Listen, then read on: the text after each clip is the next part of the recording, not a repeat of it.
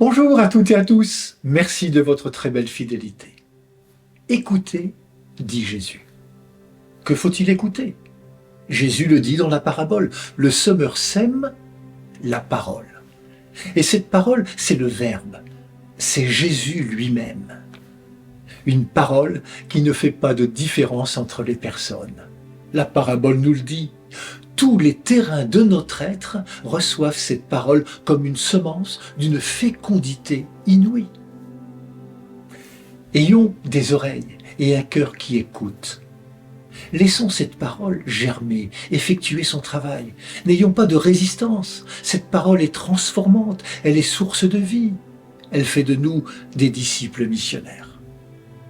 Et cela, Madeleine Delbrel, qui a fait le choix de vivre dans une banlieue parisienne, l'avait découvert. Voici donc un extrait de son livre « Nous autres, gens des rues ». La parole de Dieu, on ne l'emporte pas au bout du monde dans une mallette. On la porte en soi, on l'emporte en soi. On ne la met pas dans un coin de soi-même, dans sa mémoire, comme sur une étagère d'armoire où on l'aurait rangée. On la laisse aller jusqu'au fond de soi, jusqu'à ce gond où pivote tout nous-mêmes. On ne peut pas être missionnaire sans avoir fait en soi cet accueil franc, large, cordial à la parole de Dieu, à l'Évangile. Cette parole, sa tendance vivante, elle est de se faire chair en nous. Et quand nous sommes ainsi habités par elle, nous devenons aptes à être missionnaires. Mais ne nous méprenons pas. Sachant qu'il est très onéreux de recevoir en soi le message intact.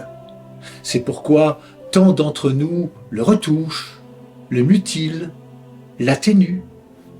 On éprouve le besoin de le mettre à la mode du jour, comme si Dieu n'était pas à la mode de tous les jours, comme si on retouchait Dieu.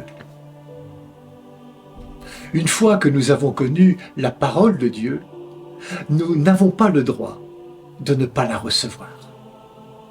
Une fois que nous l'avons reçue, nous n'avons pas le droit de ne pas la laisser s'incarner en nous.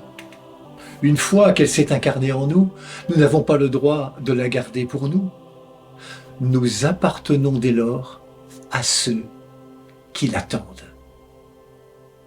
Puissions-nous dire en ce jour qui commence, « Parle Seigneur, ton serviteur écoute ». Bonne journée à toutes et à tous, prenez bien soin de vous et des autres.